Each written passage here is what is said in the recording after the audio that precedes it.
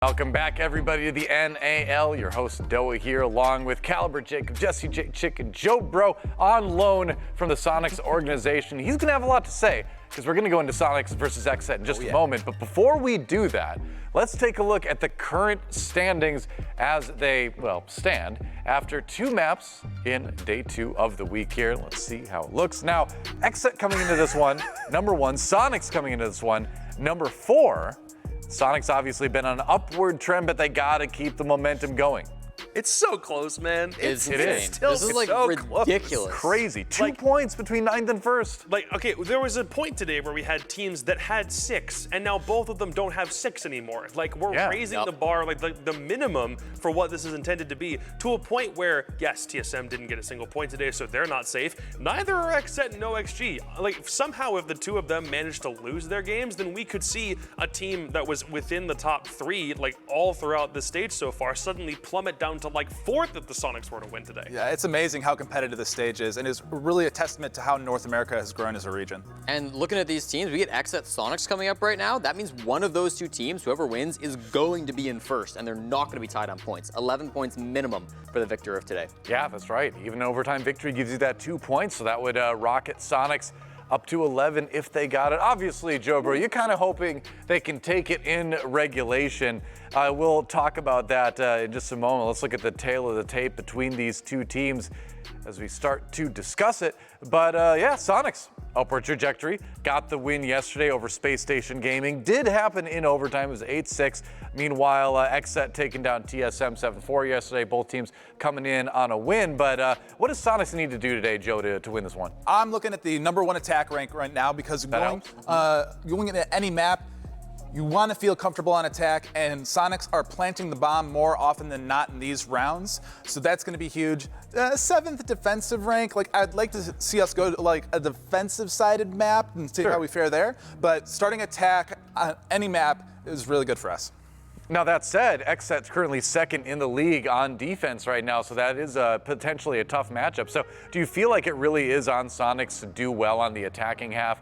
Would you want to be the attacking team first in order to kind of get that lead that you're hoping to develop to then kind of survive a less strong defense per se? Yeah, I think based on the success yesterday, the mental resilience of coming back from being down 1-5, going on to attack, winning 5-6, going to overtime and winning the 2 there. I think if you're Soniqs, for me personally, I'd be really excited to go on attack here and continue that trend. Makes sense. I mean, Soniqs on a 3-game win streak too, so getting a 4 would be pretty good. But let's ask our objective analysts though what they think, right? That's fair. Get their opinions too. Can I get my nameplate updated with objective analyst, Caliber Jacob? I'm only a little biased, only a little bit. It's some good insight. We appreciate it, but we got to say something for XSET too. Man, XSET has been a great team. We'll get to them in a moment. Let's zero in a little bit more on the Soniqs side of thing. I really feel it's been like Kansan and Grixer putting out the great numbers this stage, but they got to keep it going. I love Grixer so far this stage. I think he's playing fantastic. Even though he's like not 1st or 2nd in any of the stats that I'm tracking, he still does show up and have so much impact in the server. We highlighted him yesterday in the pregame. I thought, yesterday he did play in the server really well against Space Station.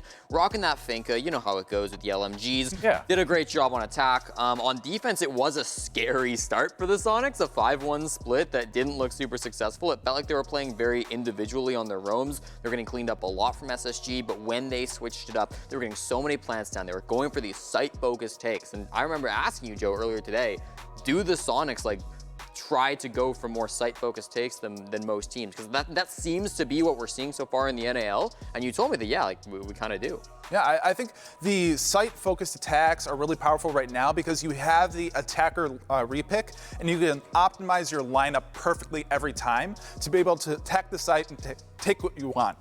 But answer this question for me. Yeah. If the Soniqs were, in their own words, according to Super in an interview, looking at attacker repick and the multitude of new maps coming into the pool as a reason for why they weren't doing super well, how did they suddenly adopt attacker repick in a positive way where they just didn't do it at all in stage 1? Because they had to make a really big adaptation around the way the game is played now. Yeah, coming in and for these guys, I know especially, they were super bummed not to make the major.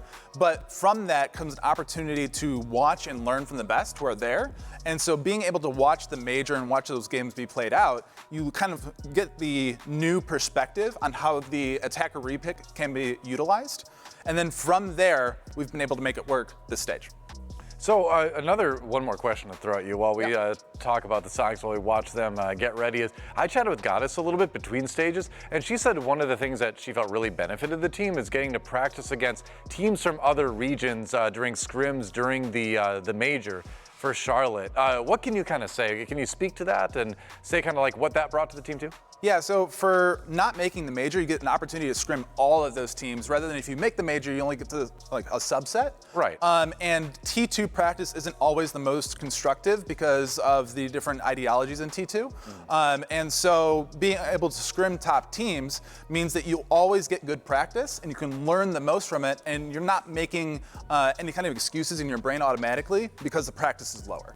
Ah, I see. And a variety of styles too. Exactly. You get to see stuff you don't see in NA as much. And so, speaking of people that you didn't see in NA as much until they all came to NA, well, it's been a while now. Let's talk about XSET, right?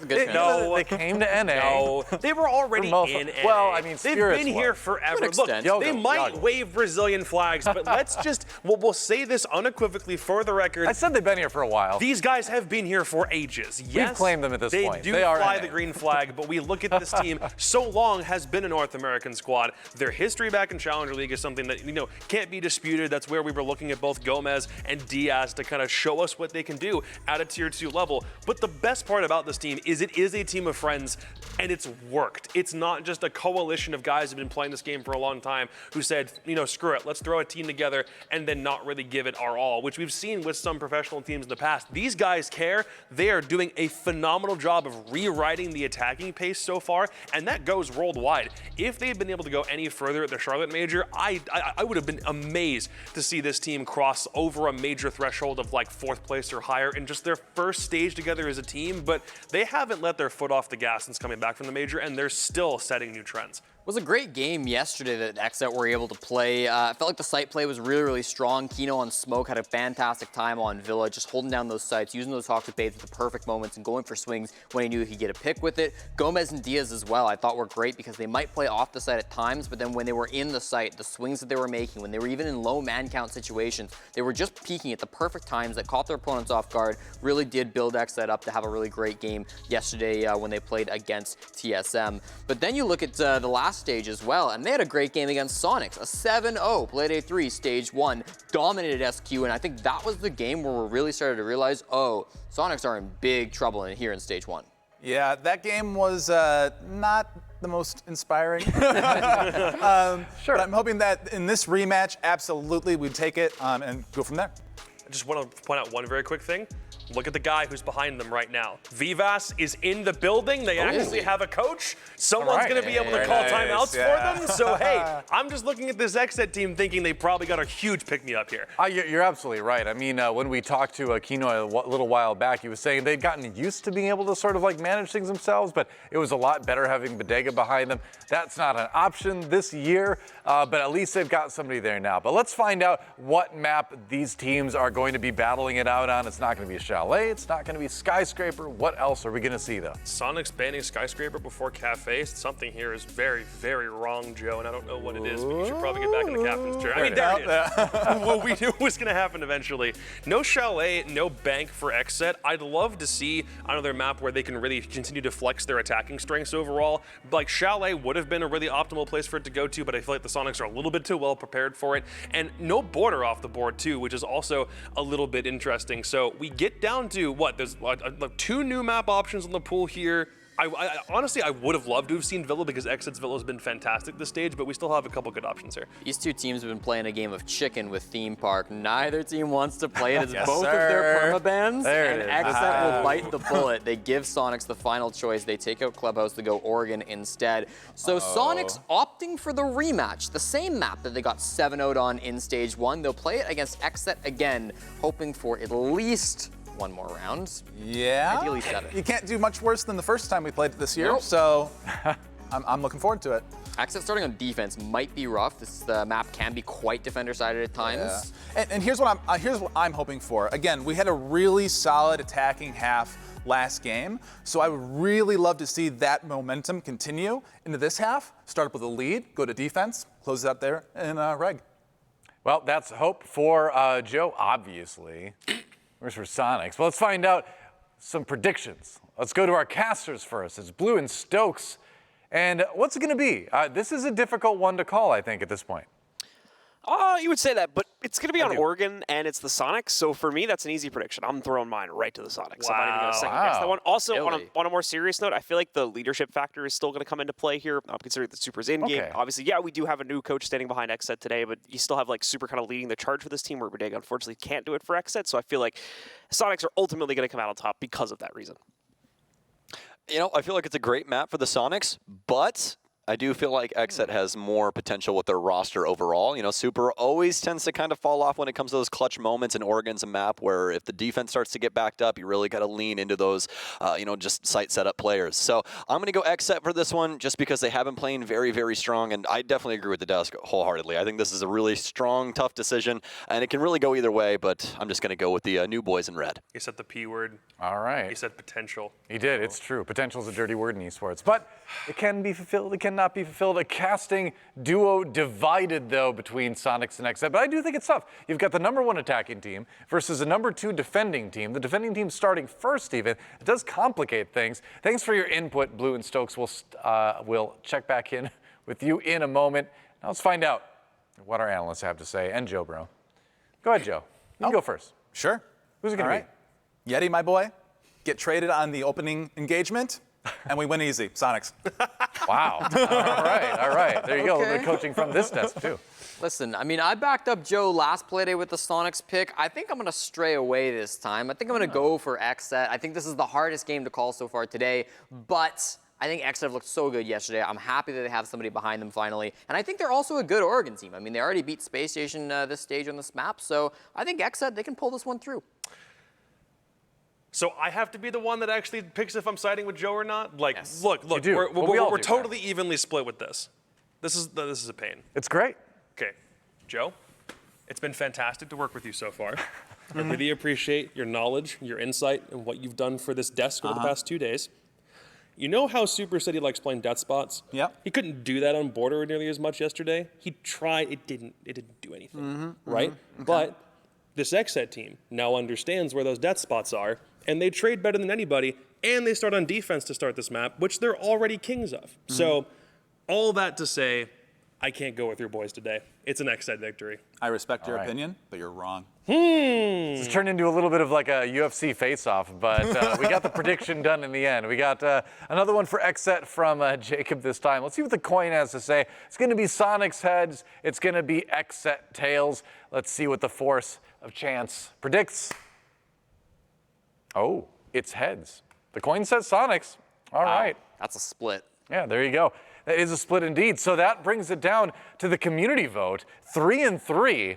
Uh-oh. She was going to take the lead in terms of being predicted to win. Okay. Okay. So Twitter says XSET, but I think this is just yet another indication of how close this one is going to be. It's going to be great either way. Let's check out the community poll before we get into it. The question is, who will have the higher overall rating after this match, Kenzen or Yaga? That's another tough one because both of them have put up some pretty great numbers, so we'll see. Only you can predict, I guess. Oh, Yaga's number 3, Kenzen's number 4. They're exactly. that close. Yeah.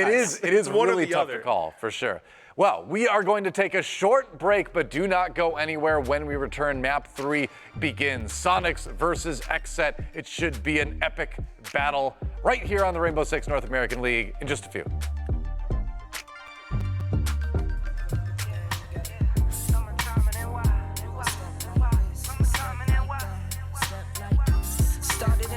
Office now, I run the front, call the shots, make the deals, know the deal, know what's up. Too much for the books, then I put it in a tuck. Too much for the tuck, then I give it to my love. Once I make $1 million, man, $1 million won't be enough. Watch you fake the struggle while I get it off the hush. Now it's JetBlue miles, Rolex dials, frowns turn to smiles.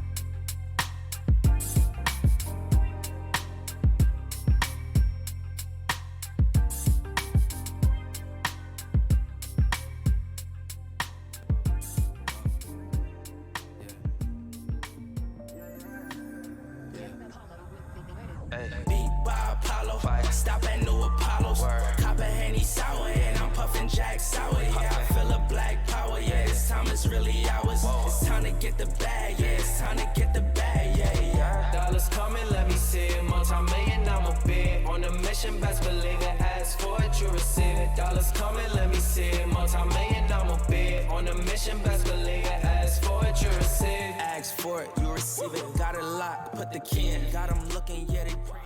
Grixer, and this is NAL.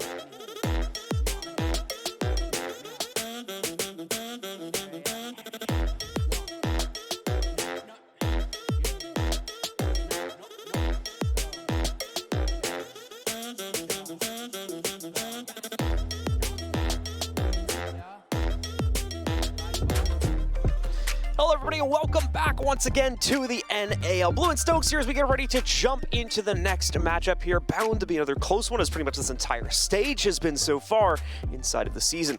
It's going to be obviously XSET jumping up against the Soniqs here, and we'll be going to Oregon home turf as far as the Soniqs are concerned, but XSET is ready for the challenge. Regardless, Stokes, get your opening thoughts on this matchup as we get ready to deep dive into it in just a few minutes.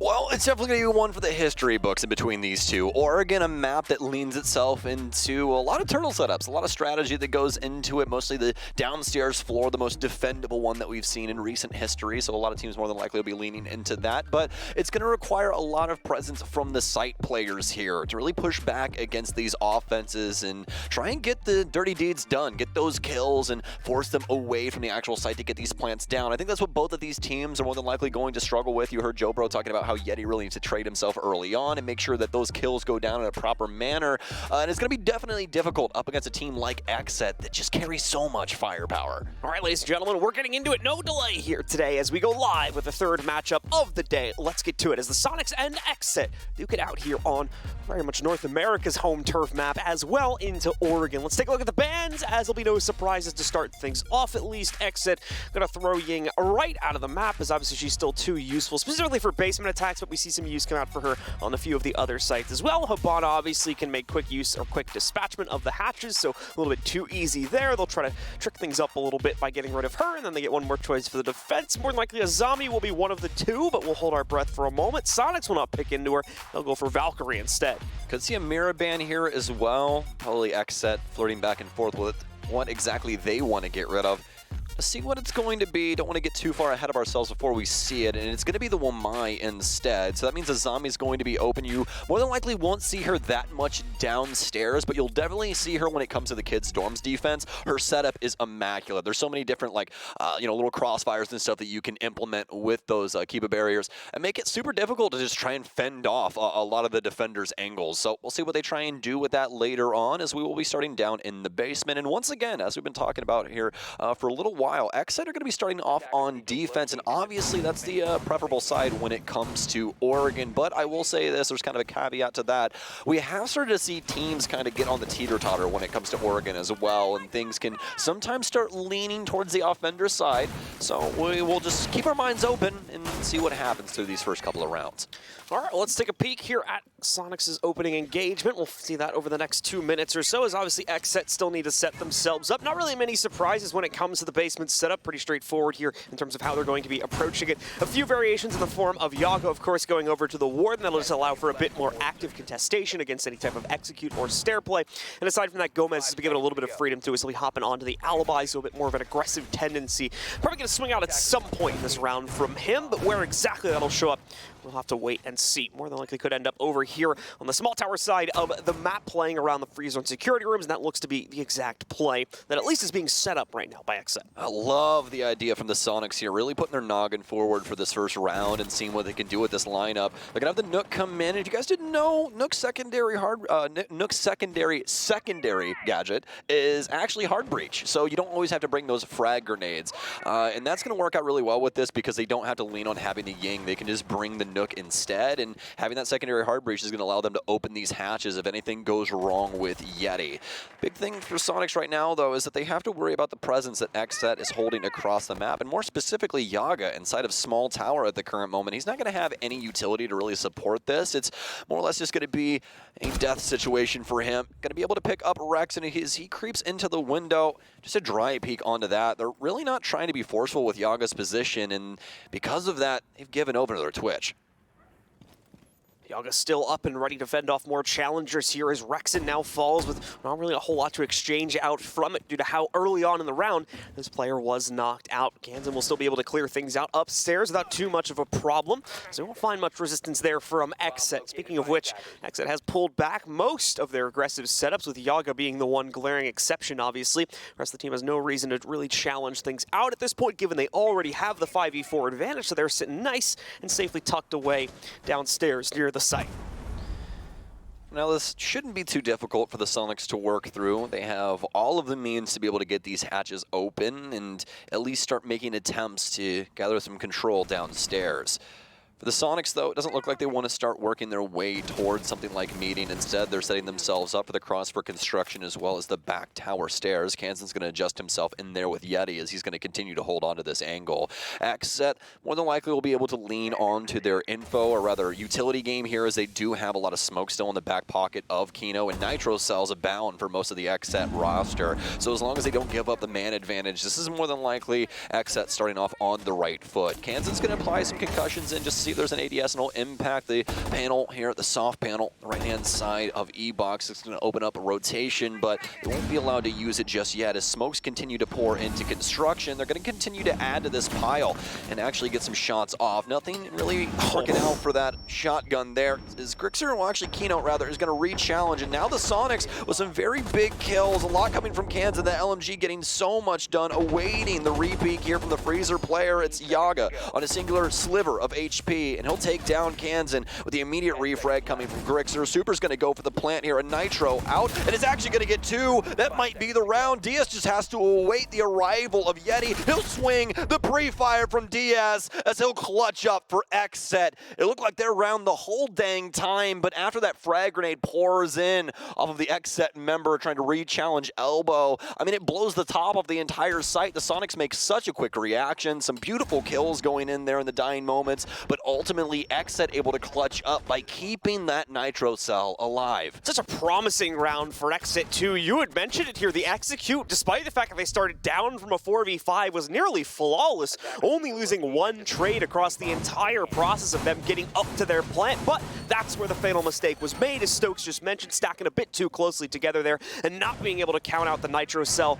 Allows for Soniqs to lose out the round and for XSET to give themselves a very nice clutch coming in from Diaz to set themselves up with the first round instead. They take the edge here at 1-0 and move right along to their upstairs hold. Yeah, I think that's a perfect example of showing how much timing can affect you when it comes down to those dying moments. Yaga starting off inside a small tower and soaking up so much of that clock early made things super difficult for Soniqs, even though they got so many bodies initially on their execution. Still with such little time, that Nitro cell is able to pick up two, and there's only 5 seconds left on the clock. If they deal with Yaga in a convincing way early on and a little bit with a quicker pace, then they more than likely have a handful of time to actually be able to clutch that up properly. So it's very unfortunate for the Soniqs that they weren't able to really get the timer working in their favor, but obviously that first round is going to be a little difficult as they really don't know what XSET's overall game plan was just yet, but this one already starting to pay off swimmingly as Kino's going to go down. I don't know if they know that they have achieved this, but either way, Rexen's going to take a little damage, be able to dock himself back up just a little bit. It's going to help out his teammates as well. Kansan's drone, I believe, is underneath Kino right now, so is not going to spot his down corpse. Might have actually seen him crawling across, though, but again, the problem is it was a little bit of a lucky strike from the Soniqs and just a bad timing play from Kino, so they are ultimately going to be able to get him back up. Obviously, with a much lessened health pool here, down to only 20 now to play out the rest of the round with. But XSET resumes normal play as they manage to get their fifth back up and into the fight, but the Soniqs become kind of hyper-aware of this now. They're going to leave Yeti on big window more than likely to try to counter out any aggressive swings while the rest of the team begins the process of clearing out the downstairs setup. Really love this position here from Spirits. We've started to see this time and time again when it comes to the Dorm's defense. Slap a mute inside of security. Have them play for the window and the door with the M590 and see if you can pick up any kills as they swing in and try and clear you out. It forces the Soniqs into a decision, but the decision is already working on the other end of things as Rexen takes down Kino with a frag, and they'll pick up yet another from the gun. The Soniqs, they're battling back in round two and looking to equalize. Still trying to use the big window, it seems, as the main access points. They'll be held up on that for some time as Spirit's position has yet to have been compromised. The good news is the support he's been receiving is quickly diminishing, and in much reality, this is really the main part of the setup for the defense that's left standing still, as Gomez is going to try to make a nice forward play, but Kansan reads directly into it and is instead able to counter him out. One frag is going to get wasted here by Kansan as he just uses it to blow up the laser gate, so that'll be taken care of for the next 30 seconds. Diaz, though, is ready for the forward play from Rexon himself here, as he's able to get the trade against Diaz, take him down, and open up a plant opportunity now for the Soniqs roster as they flood their way in, leaving only Spirits alive here with a 1vx put before him, and not a very realistic one at that. The Soniqs get very quick revenge here on the second round and equalize the game at 1-1. Extremely well done from the Soniqs. I love how they manage the security player as well, because you have two options with that. You either throw everything at that player and hope you kill them whilst also maintaining hopefully some of your utility in the process so you can try and use it on the site players, or you completely circumnavigate them, don't use the big window, and hold onto the door and force them into one of potentially the worst situations you can be in Rainbow Six Siege, which is having the entire, well, practically the entire roster try and kill you through vertical, power, and then also have somebody holding your door so you can't leave. So it's just a really bad circumstance there for Spirits. There's really not much more he could do in that situation. I'd say he played that situation out pretty perfectly. It was really just the remaining setup that fell down around him as the Soniqs took full control of the site and made his life miserable inside of security. So as the Soniqs look to surge forward, I will say that the large majority of play we've seen from them has looked incredibly promising. They just outright shut down XSET inside of this half. So it's really up to XSET right now to change up their own pacing. Yeah, it's 1-1, but we have to remember how that one got on the board for them out of a very impressive clutch from Diaz there, and a very well-placed Nitro cell at that. The overall round, though, was still a little bit drastic for XSET. So they're going to need to show us some serious improvements here as they go for the upstairs kids defense. Again, obviously the Azami coming into play for Diaz this time as well. Already going to start blocking out some trickier angles to allow him to play. Looks like on the inside of Billiards there to fend off any type of white stairs push this time. Oh, Kino, not again. Poor guy gets tagged up from the double window, just running back and forth. I mean, he's not going to get down this time, so we'll be able to make it out with a little bit of extra HP, but, I mean, past that, definitely not a situation that you're looking to have yet again. Yaga's going to try and get aggressive here towards the main door. Nitro cell out. Not going to land on anything, though. That's going to be the first 40 seconds gone here, but Soniqs mostly focusing on their info game and seeing what the setup looks like, as they'll be reinserting for the top floor here. So want to make sure to clear everything out. They know Yaga's been playing some very cheeky spaces recently. Just trying to check those corners, dot those I's, cross those T's, and for the Soniqs, looks like they've already got quite a bit of the heavy lifting done here. They've been able to recognize that this setup looks extremely similar to what it was the last time, and they're more than likely aware that there's going to be a player again inside of security. Let's see what the Soniqs try and do with this information, though. So the Soniqs still taking things very slowly, prioritizing drone intel over most other parts of the game right now here. Kansan going to be able to creep up to the area surrounding Spirits, but not obviously going to be able to deal with it directly just as of yet. We'll need a bit more time to build up team strength to be able to do so. And more importantly, we need to get some hard breach onto that to be able to potentially access him, but would be very bold to use them considering the site still sits upstairs, so we'll need to either work around him as they did in the last round or find some other method to deal with the upstairs presence. Nades are out and they deal massive damage, just deleting Gomez entirely. Kino as well from earlier, still left at about 50% of his health pool. Kansan tries to go for a second one. That one's going to be way off the mark, however, so only that first kill will be found from the utility. This is getting quite worrisome, especially with how the Soniqs are able to deliver on that last round. If they can circumvent the downstairs player again, this is looking like a quick SQ2-1. Spirits inside of security, they desperately need him as Rexon's gonna burst in towards games. He'll take down Yogg, and it's one single player on site. Kano's dead, and deja vu for round 3 as Super takes down Spirits. That's a perfect round. You sip your water, you beautiful man.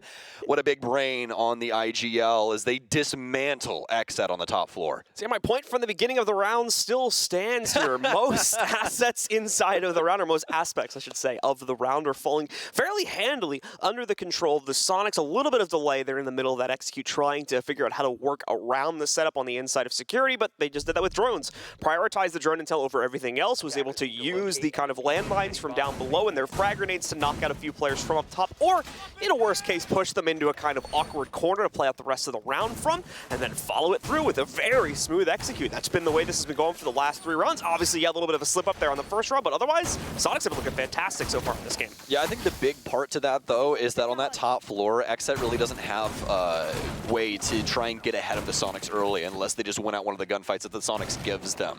When it came to the previous round where we saw the extended hold, it's very obvious that the Soniqs are going to have to work through small tower in that situation, you know what I mean? So XSET are actually able to put an obstacle in their way.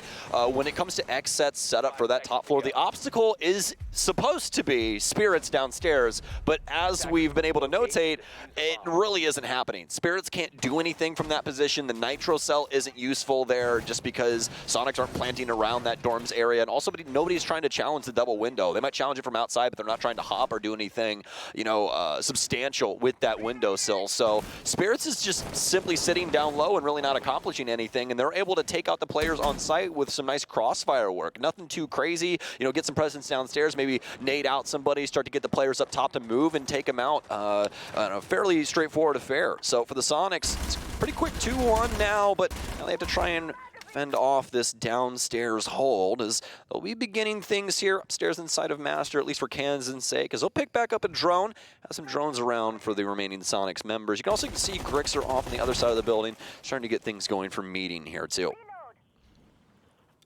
Kansas continuing to look for an opening entry option against one of the members on this XSET roster. Not going to be able to find it so easily, unfortunately. Spirits able to dodge things over there towards the top exit towards Anakin. Is going to be able to work himself down the back stairs into the basement to be able to rotate around this a little bit later on in the round here. Obviously, a bit more aggression going to be coming out from players like Yaga up to the freezer stairs, but much like before, not going to lead to a heck of a lot here. Soniqs still prioritizing their drone game, are well detached from any of that defensive utility, and as such are not going to be affected by it.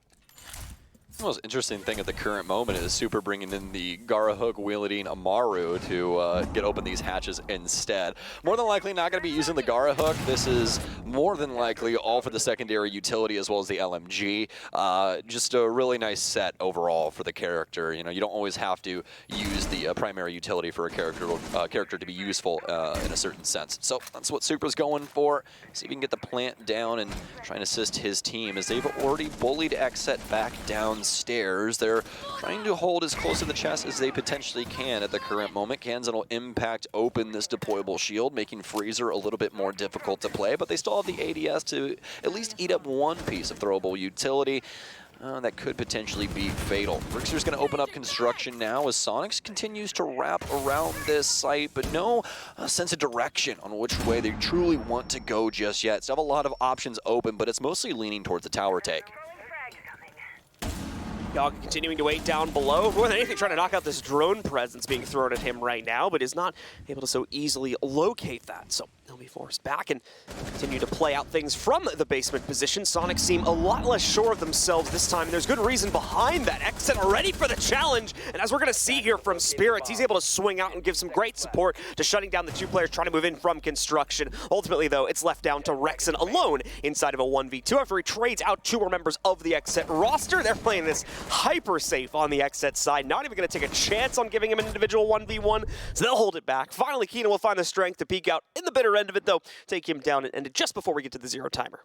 It's going to be 2-2 now as XSET tie things up, and if you're looking at this from an XSET perspective, I don't know if we go back upstairs. Don't think it's the best call. Instead, I think we should be going to a kitchen defense, and if it was my world that we were living in, we'd be going meeting just because Cafe never is that fun. You know, there's always a large potential that that plant goes down right under the small tower hold that you can get through that verticality, so it can get really risky to go to that side, and well, I hadn't even looked at the screen yet, John. It looks like we're going to kitchen and meeting. So really like this call from XSET. This is going to allow them to do a lot more with Oregon overall. They can play things out downstairs. They can play things upstairs.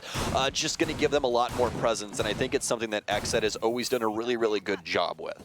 Great shift here from XSET as we saw on the first two upstairs hold. Things were fairly one-sided for the Soniqs there. Nearly flawless in a lot of respects as well. Already seen improvements on the basement, so they can obviously fall back upon that in the future, but for now it has been locked away with the 2 rounds they picked up from it. And they're going to see if they can maybe negotiate a third on the first floor holds where they can control the pacing a little bit better with their extension up onto the third once again, as you're going to see Kino, Diaz play into that. Diaz, of course, dropping down, but at least one more member will be roaming around there for at least this earlier portion of the round, while the Soniqs still take their initial positions. Interested to see where Spirits uses these Kiba barriers as well. Still has 2 knives on him, so can just use those a little later on to seal up a door or something along those lines. That's the beauty of this character. You can use the 2 that you get in prep phase to help out your teammates or whatever, and then you get 3 throughout the rounds. It's like, all right, do I want to seal a door? Do I want to seal an angle? Do I want to try and make myself a nice little setup in one portion of the map? There's so many different ways you can play things out with Azami. She's definitely one of the coolest characters we've had in Siege in quite some time. And past that, but still more on the cool page, the Soniqs have began their entry as they look in towards Garage. Kansan will hold the cross for meeting, getting a drone out for Armory. Stairs here. Nobody inside of Armory, so don't have to worry about the verticality, but they definitely have to worry about Trophy as Spirits will be occupying here. Spirits continuing to wait things out in hopes that he might get a little peek at a headshot there, and unfortunately he's going to lose pretty much all of his utility the second he prepares himself for the battle due to a gun 6 coming in from down below. That'll delete both the shield as well as I think at least part of the Kiba barricade that was set up there, depending on how far the gun 6 spread for himself. Cans in the meanwhile here too. Should have no problem being able to open things up. Oh, this is gross. It's going to set up a very hard-to-work angle for the defense to try and play against, but we'll see if the attackers are able to get to the point they need to make this work in their favor, where they're able to put the case down on the ground. Yeti is in full Solid Snake mode right now. Suppressor on the FMG9, slinking through the building, cardboard box on. Does not want to see any of these cameras. Want to make sure that they don't see him either. He's already gotten his way into shower, and he could make his way up through Z. Does have a hole inside of the door here for security, so he could hold DS's cross at least for a time, but might not really gift him anything. So we'll have to get back on board with him later on. As Spears has taken a lot of heat on this top floor. You can see the Soniqs have been able to bully him out of Trophy, and now Yeti going to be able to pick up this camera, starts working his way towards the back, but they obviously know about this. I do believe he's actually got quite a bit of his HP left, and of course he does. Soniqs all have all of their HP at the time, except, well, actually, no, for Gomez. It was on the opposite foot this time around. Nice frag grenade from him. Quite the awkward moment at the current time is no one really going for the swing, but as soon as I say that, Yogg will come in for Cafeteria and get taken down by Yeti. The Soniqs able to get 2, and now looking for the final death nail. Gonna be able to get a hold of at least Spirits. It's gonna force Diaz back off of security. Kino up towards Split, and he'll get taken down. What a shot from him, though, as Diaz will be able to claim 2. The case is gonna be on Super. The plant starts going down. I don't think he's got an angle on him either, so Diaz is gonna have to run for stage. And how's this gonna go? Well, we'll be able to at least get 1. That's gonna be a triple on the round. Kind of a weird instance there as well, as you really only thought that was the one way he could have went, but fortunately enough for the Soniqs, not the case, as he does indeed have another angle. Able to work his way through meeting. Some nice shots here, but not the death note here for DS just yet.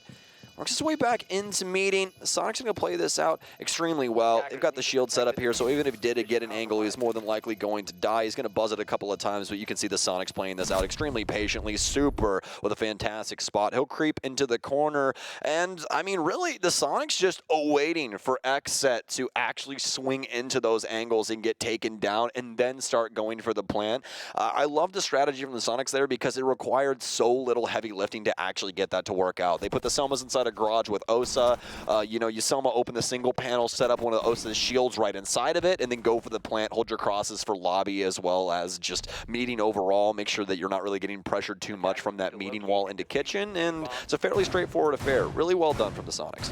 And so things continue to look great for the Soniqs as they take control of the lead here now, moving into the final round of the half, even forcing XSET once again onto another kid's defense, because unfortunately, they don't really have an option at this point. The first floor kind of Hail Mary that they went for did not end up working out, so they had to fall back on the only other option they have now, since basement is, of course, still locked away. That's going to be upstairs, where we have seen two fairly straightforward rounds in the favor of the Sonics. So what is XSET going to bring to bear here? What type of regression are they going to add to the formula to throw off the game from Sonics, or otherwise try to avoid their initial clear, which has unfortunately made the late round defense nigh impossible for XSET. 2 defenses in a row. Yeah, XSET do not have the info bank to be working around these rounds that the Sonics are throwing at them. There's really no early intel gathering to where they can try and get in front of them, and the Sonics are able to accomplish too much to where if XSET does try and challenge back, they're more than likely going to lose bodies for it. So some of these circumstances have been super difficult for them to fight through, but obviously that's just something that the Sonics are doing extremely well. So one of the things that XSET is going to have to try and operate around, and you can see they're trying to do so. Yaga's going to be back over towards Armory Stairs and looking for an initial pick, but the Sonics are aware that XSET really wants to try and fend them off early on here. So they're playing this close to the chest. They're all going to be starting over near Small Tower and using the drone game to work their way through, see if there's still a player inside of security and a couple other cheeky areas that we could see initially coming from this side of the map. Away from that, we'll continue to see the clear from the Sonics move fairly slowly across the map here. So they also need to take their time with trying to stabilize things out. We have seen, of course, a bit of a change-up with regards to where that secondary hard breach would have been coming from if they needed. That super will now go over towards the Lions, so also giving them that EE1D pressure against the first floor hold if there is going to be one from XSET to try and lock those players down before they can waste too much time off of the clock. That would most notably be Spirits in this situation, who's currently roaming downstairs in the basement. He's actually not going to be the only one out and about right now. Drones, though, from Super, probably going to figure out at least that someone is down here. Hasn't physically seen Spirits yet, but more than likely hearing at least a few footstep cues further down the hall means that they still have some actionable intel to play off of. Yeah, Sonic seeing if there's any potential for the roam to come through, and is it really going to matter at the end of the day? Well, probably not, since Spirits is dead, but Yeti's going to get one more on top of that, and XSET have been decimated early on into the round yet again here, and forcing themselves to try and clutch this up with the site players mostly. Kino's going to go hunting here inside of Trophy, and so will Diaz, but he swings from Dorms for big window, and he'll take down Yeti. No more info out of the Yana clone, but they do still have some other options to try and use here, especially the EE1Ds from Super that could put all this together and make it difficult for XSET to try and fight back unless they want to give some very considerable info game over to SQ. SQ pretty much with everything they need has been built up here for them to be able to work their way into the site. They just need to find the confidence to make that step forward here. We're looking for 1 or 2 players to be outside of bounds too. Super with the right read here. Doesn't want to step into Gomez's POV, so runs across it instead. And is able to avoid instant death there, but still finds it a few steps later as Gomez directly challenges the breach inside of Master. Time going to start to get a little low here for the Sonics too, and they've yet to deal with some of these setups like Diaz is on the inside of Billiards. He'll get away with 1 Rexen so far, the only one that's been able to exchange anything out, so the interior site players hold on, and XSET will be able to, after all, negotiate another round for themselves and a bit of a surprise finish to what we had expected. Very well done from XSET there. Able to slow things down and force the Sonics into some considerable decision-making. We see the initial challenge come up Armory Stairs from Super. I really don't like the re-challenge there. The prone on the floor was probably not the best idea, especially since your legs are in barbed wire and you're going to make a bunch of noise. But, you know, it is what it is. He was just trying to work the counter angle on the other side and make it to where XSET couldn't try and challenge from Trophy unless they want to try and step into the angle that he was occupying. So it was at least a good attempt, but just unfortunate for Super how it ended up breaking down, and for the remaining members of the Sonics that they no longer have that counter angle working its way across the site and trying to hold up any of the rotations that XSET can make on that defensive end. It makes it to where they can play up against White as well as the Dorm's window, and from that moment on it's really easy for XSET. Just some fairly straightforward gunfights, especially with M590 inside of that close range, and that's how we end up getting to the 3-3. Really like the opener there from the Sonics, but their failure to deliver is definitely something they're going to look back on. So into round 7 now as the teams flip sides, and XSET have their first opportunity to make impact from said side here. We're going to see them start to work their way in, bringing, again, a pretty expected lineup to be able to deal with the setup here. Pretty big emphasis on the intel game as well, at least with the line being brought in alongside the Giannis. We'll have to see how XSET are able to properly utilize that when we get into the deeper parts of this round. Soniqs also bringing a pretty similar flair to what we saw from XSET to start things off here with what I assume is going to be the basement defense. I haven't been able to catch the site just yet, so I believe it's going to be there, and yeah, it is indeed. Okay, well, looking at the XSET side of things at the current moment, they'll be bringing some hard breach. Have the Thermite and the Mav along for the ride, so be looking to Kino and Yogg to get these hatches open. As for the rest of them, it's a frag trio for the most part. Minus Diaz, he might not want these early engagements, at least initially, so he'll be looking to use those EE1Ds to influence a lot of XSET's engagements. They've drawn things out on this mid-floor and have seen that Soniqs have left it open and ready for the taking, so XSET will begin hightailing it into the building and start breaking up some of these hatches. Looking over towards the Sonic side of things, though, they have indeed brought a zombie along for the ride, something that we haven't seen too much of downstairs, so I'm interested to see how Yeti wants to set up these Kiba barriers. Get a better preview of that, hopefully, in a few moments. XSET still trying to work their way forward. Here we go for Yeti. We'll start to see a bit of aggression built up on the Fraser swing more than anything else here, as he's been saving these for quite some time, trying to utilize them. A few down inside of the laundry room as well to start challenging from there. The hatches will begin to open from the POV of XSET here, which means the execute surely can't be too far behind. Keenan will start to even peek down through those ladder stairs just to make sure there's no direct challenge waiting or a flank being set up against players like Yaga, who are still working on droning out the depths of that site defense and handing over all the intel that'll be necessary for the play down through E and the back stairs. It has to show up now at some point in the next 30 seconds. All right, Super, we were talking about how you enjoy playing these positions, these hotly contested ones where it could lead to you dying. Can he find success here now as Spirits is lined up across from him on the stairwell? Does have support from Yeti here as well. XSET, they've got to deliver soon. 40 seconds remain here. Still have some frag grenades and everything else in between to try and influence some of these earlier engagements. And Yeti, oh, actually Super to go down. Yeti won't even make the swing. It'll be Grixer instead for the trade. And XSET, they bowled over the Sonic setup. They take down Rexen and Yeti. It's only Kansan and Grixer to get something done now. And with Grixer gone, it's only the smoke. And they know exactly where he is. It's a pre-fire from DS and a hey, how you doing with the magazine after. XSET able to take the lead off of their first offense. XSET making mincemeat of the Sonics defense there in the basement is bad news for the Sonics camp, as a lot of folks at home are probably expecting Sonics to come in here with a solid first round to be able to retake control of this lead, given the way that some of their attacks had been going. Not going to be the case. We've got a real game on our hands here, folks. XSET have surged ahead, but how long can they keep control of that lead, as the Sonics feel that it was close enough to attempt another try on the same site. They'll head back downstairs for one more shot at this before more than likely rotating away. See, I hate having to break things down like this for these kind of moments, but, you know, if you look how the beginning of this round goes, and by beginning of this round, I mean when the execute actually happens, not the whole, oh, let's go get hatches open for 2.5 minutes thing. So when we actually start gunfighting and things along those lines, Sonics basically missed that round by the hair on their chin. I mean, if Super makes that slight adjustment and is able to win out that initial engagement on tower stairs, then all the trades more than likely equalize out, and XSET, or rather Sonics, have a really good chance to shut down the remaining members of XSET when they go for their push finally.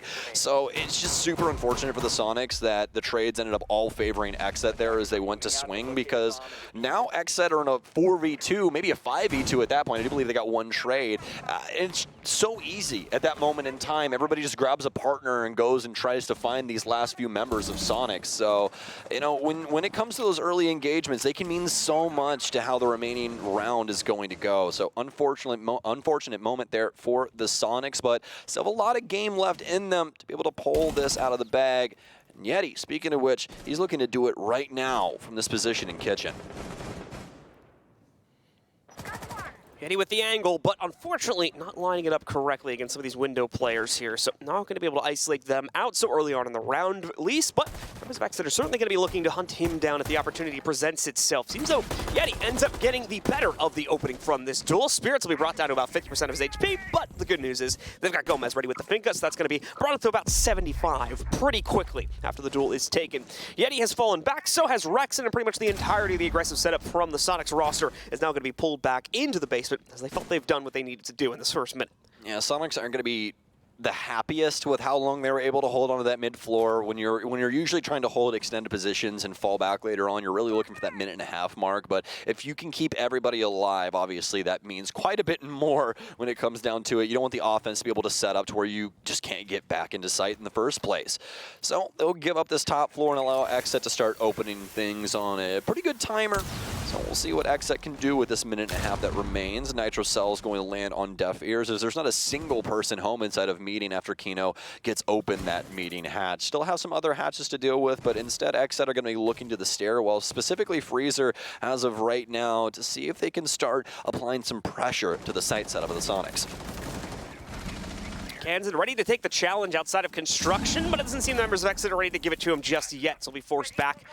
Once again, it seems like the members of Soniqs have been able to rebolster themselves too and are ready for the upcoming fight. Keep in mind, they have those Kona stations, so if XSET tries to slow roll this, that's going to leave room for the Soniqs to back up, play into those Kona stations, and potentially rebuffer their health for a second try at peeking out against the members of XSET. Obviously, XSET has the counter to an extent in that of the Finka to be able to surge themselves up a bit more, but they need to use that at the correct time. Whereas for the defenders, it's a bit more on demand. Rexon going to be able to go for two right at the start of this engagement. Him alongside Grixer will find those. Grixer will be lost in an exchange, but now as pushes are attempted to be made by the XSET roster, that's going to be shut down as well. Spirit's next to fall. Yaga low on HP. He does not have the confidence to move forward further into Laundry because of that, and Super more than ready for the challenge outside of construction. He shuts down one of the last bastions of hope here for the XSET push, and as a result, the Soniqs take a traded round. It's like we were talking about after the previous round. When the early engagements don't go your way and one team is able to trade out twofold, that downstairs setup is so very difficult to hold. What happened this time? Well, the Soniqs actually are the one that get the two big picks instead, and XSET can no longer attack with as much firepower as they once had, and it makes it super difficult for them to clear out all of these areas that Soniqs are holding, including Boiler Door where Supra's playing, and big 2K for them here. And, well, now able to tie things up off the back of that. So finally finding some successful defensive grounds down low and looking to translate that into a hold upstairs. And they're actually going to be bringing quite a bit of denial for this. Not only in the trap kind of situation that we have going on here with Grixer and the Thorns, but also in the denial that we have with the smoke and the Goyo canisters coming in. A little bit of a change up to Goyo in recent history, no longer having the deployable shields and instead having those gas canisters that delay, forget this, 20 seconds when they are activated.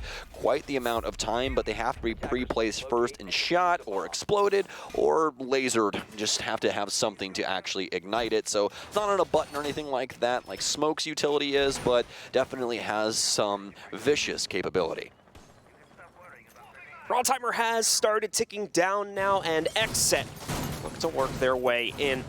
As we see here, Blitz is going to be changing things up a bit for themselves. We can expect a bit more direct play from them this time because that has been brought into the lineup. So we'll see how exactly it works. Normally we see these used in basement setups, so I'm very curious to see how well it's going to work for the upstairs assault. And so far it's being used to just brute force their way over here towards the security setup and try to clear this out. Spirit's smart though. He's got intel from his teammates that we need to see that freezer stairs area be covered, and now he's going to be able to use this operator, brute force his way into the security setup and knock out Super's position.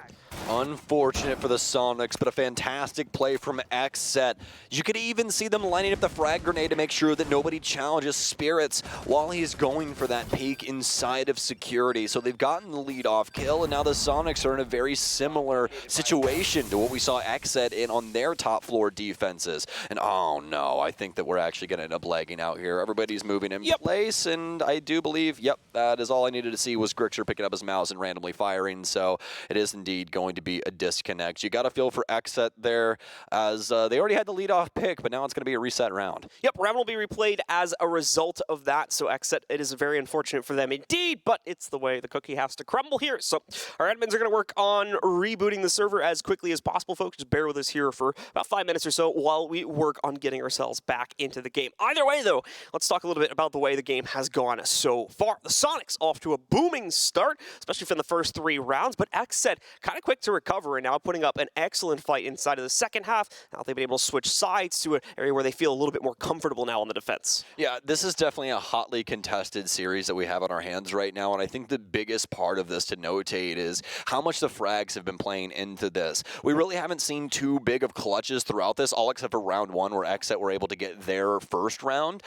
But past that, it's whatever team we've seen really light up the kill feed is the one taking the round. It's really not coming down to the utility game or anything of the sort. They're trying to bowl over the opposition on both sides of the coin. So it's made for quite an interesting affair in between these two here on Oregon, and I think it's going to continue. Even though, Super ends up losing his position down low inside of security, and they do get the reset, so they'll more than likely see the blitz coming this time around. It's definitely something that they're still going to have to be very aware of, because just because you know it's coming doesn't mean that it can't work again. XSET played that out extremely well. They had the frag grenade for freezer stairs and everything else in between. So, XSET might have to look at this, or rather, Soniqs might have to look at this and make some adjustments, some audibles to try and work their way around this XSET offense. But I think there's a lot of different ways that this could end up going down. It's really going to be the first team that makes a very considerable change to gain the advantage.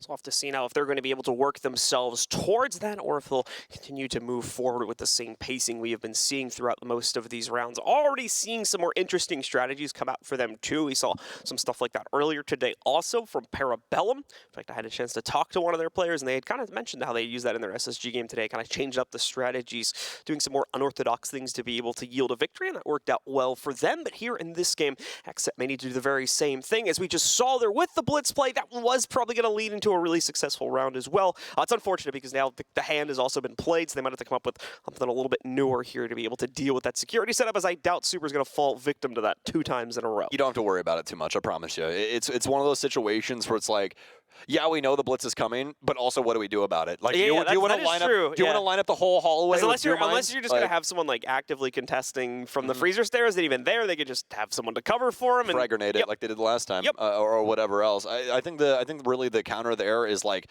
I don't know, have Mute play downstairs, have Legion play in there, and then just like forcibly toss good mines at him, or something like that. Or just don't do that hold. Yeah, the big thing with that hold is that it can delay so much time, and that's why the Soniqs are doing it, because if Super's allowed to exist in there, he can hold on to that hatch and then drop off at a later date, or even play out his life, and if he gets it down to like 45 seconds, that's still a super complicated round for XSET to try and work out. So he's just trying to do his damnedest from there, but it's going to make it difficult either way you slice it, but we'll have to see as we are back into game now. So instead of theory crafting what could happen, well, we can tell you exactly what will. Obviously, both of these teams are going to have to do not exactly what their strategy was, but they will have to have the exact same operator lineups, which forces Spirit, it pigeonholes him back into playing Blitz. So he'll be back on this. They're still going to have the Reparo drones and everything else in between when it comes to that utility as well. So this should, for all intents and purposes, still be a very even round in between these two. So time to see if the Soniqs now are going to be able to fend off the blitz play now that they're more well aware of it. And for Spirits here, he's got a bit of a tougher task in front of him. We'll need to make the same play work again while their opponents are fully aware of the potential outcome that could come to bear from it. Still going to need to set up, though, as Super will begin to commit himself to the inside of that security position. Yeti will be supporting from down below, and the rest of the team obviously waiting upstairs. The clear is going to come from a different part of the map this time, it looks like, though, at least initially, as Gomez swings his way in through construction. Spirits as well will be right behind him, supporting from a drone. Probably already has intel on the freezer player, so just going to try and hunt them down first before then trying to deal with Super up on top. Oh, love what we're seeing downstairs right now. Spirits is going to be back on the blitz like we were talking about before. He'll be working the basement with Gomez. Yeti, he's going to go for a pretty aggressive take, but I don't think that Yeti knows what is about to be express delivered to him downstairs. And it's a bullet to the brain as Gomez takes him down off the boost box. Super's going to catch a grenade, but it's not going to be all of his HP. And this is actually going to make things extremely difficult for him now. no longer has an ability to drop off as they can just hold the hatch down here. Not necessarily going to be the best strategy for XSET. They can more than likely just bully him into just taking out Super in the first place. So we'll have to see how they go about this. Spirits is going to start working his way to the door, and there's a frag grenade from underneath, so they will end up holding the hatch, but it's just going to be for the frag instead. And Spirits will set his sights on white stairs. So get rid of these barbed wire setup. So we'll begin to transcend up that, and now it'll be down to the Soniqs trying to use their sight setup against XSET. 2 Goyo canisters are going to go off immediately as XSET arrive on their shores, but it's definitely not going to delay long enough to try and stem the tide. Cans and Grixer, as well as Rexen, the last 3 remaining here for the Soniqs, patiently waiting for the execute to come in from XSET here, but once again, XSET need the confidence built up to be able to do that. They'll figure out the position of Rexen now by inserting that drone from Spirits directly into the back of Attic. Not going to be able to figure out, in fact, actually, Spirits might be able to see Kansan from his current POV as well, so could have gotten some intel onto him. Grixer's still going to be hidden, but however, now that he sees where Rexen is going, he can move the drone forward and get that additional intel. I don't imagine that there would be too much additional delay on the execute, aside from maybe getting a few of these Rotero drones out to force players back. They would have liked for that one to go down in front of Kansan to force him back into Attic, but they're not going to be gifted everything here. Still will have to potentially challenge against him as they go for the execute, but they're going to try something else to maybe draw him back. Opening up the Attic window, maybe lure his attention away from the big window play that XSET certainly wants to execute towards here. Starting to have flashbacks from what we saw earlier, but no, Rexen, he chooses the wrong angle, and now XSET, they've fully dealt with the Sonic setup. It's a flawless round for them as they bounce back. You thought that the Sonics had a chance there just for a moment. Looked like it was building up to be a round just like we saw from XSET on their top floor defense when they were able to come back from a 3v5, but the angles, they do not work out for SQ, and XSET gather the lead yet again. Despite the fact that we had the plan fully revealed as well in the previous attempt to play out that round, XSET are still able to make it work with some slight variations to the way that they execute upon the site. Excellently done. Now gives them control over the lead, 5-4, and only 2 rounds away from being able to close out on this matchup overall. But obviously we only have 3 rounds left inside of regulations. They need to be quick about this if they don't want to allow for a potential overtime to show up from the Sonics here. All right, well, the Sonics are going to choose the kitchen cafeteria. IMO probably the worst site out of the 2 when it comes over to meeting, but it's definitely doable. The biggest risk when it comes to this site is how you can affect the overall site from small tower. There's quite a bit of soft destruction over part of cafeteria, so if you get a plant down in there, there's a big chance that you're more than likely going to end up winning out that round, but obviously things can go awry for the offense in that kind of situation as well. But for the Sonics, they're going to be bringing a few traps when it comes to Kansan's POV, but past that, it's going to be a lot of firepower, some slowing potential coming out from Yeti, and as well as Rexen just trying to bamboozle a few people with his clone. Super's also going to have Azami along for the ride, so we'll be able to see those Kiba barriers used yet again here. We'll have to see what effect they can have across the board. So we're about 30 seconds in here. We're getting to it. XSET out and onto said board. Begin droning things out from this armory side and seeing if anybody's playing around trophy. And, well, we know the answer to that as Rexen's patrolling the area. Spirits and a few other members from XSET still keeping an eye on the outside for potential opportunities to peek back in. Maybe get a few opening bits of damage against the members from the Sonics. Not going to be able to find that so easily, though, so things will continue to kind of devolve here. As XSET still looks for their early bit of control to start clearing out the top floor set up here, primarily from the Sonics, and then they can begin worrying about what sits down below. Well, dislodge part of the Sonic setup here upstairs and back them off of trophy, but they're still holding inside of dorms.